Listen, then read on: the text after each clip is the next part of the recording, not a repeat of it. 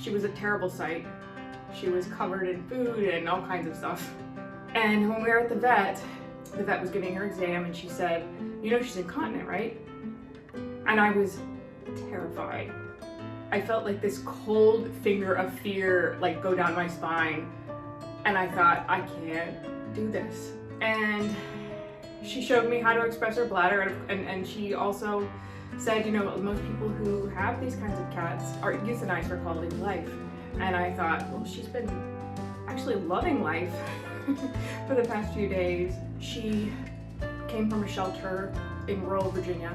They had talked to the rescue I was working with, and they asked if we could take her and her sister and rescue them. When she was adopted, we took her to a specialist and found that the paralysis was due to an old fracture. However, she is very fast without walking. She can scoot like a million miles a minute. One of the habits that I love the most is when I'm carrying her, she'll often kind of bump her head up against mine and leave it there. And it is the most wonderful feeling. She also likes to prank us, especially at night when we get into bed. She'll go and cry at the door for a little bit, and then she'll come up to us and cry, for me to pick her up and put her in the bed. And I'll go to pick her up, and she will run to the other side of the room, or scoot to the other side of the room.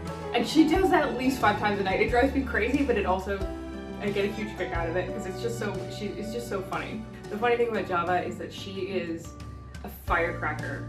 She has the personality of a much, much larger cat.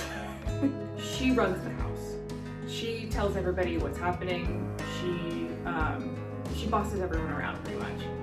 Every once in a while, again, she'll have accidents. One thing that I learned is, first, she hates diapers. Sometimes I'll put one on her, but usually I try not to because she really does not like it. But if I express her bladder 4 or 5 times a day, she doesn't leak. She's a little bit of a food guarder, so if there are other cats in the room and she sees something she wants, she will run up and windmill them. They just kind of take it in stride. They're like, what are you doing?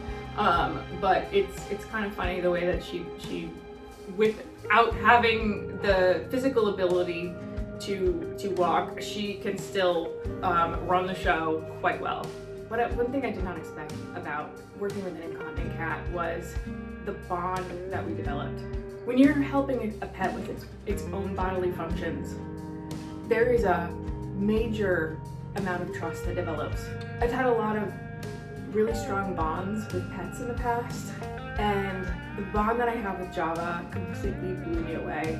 I would highly recommend getting to know a pet with a disability, whether through adoption or foster care or volunteering in an organization. It is incredibly rewarding, and it's changed our lives in a really good way.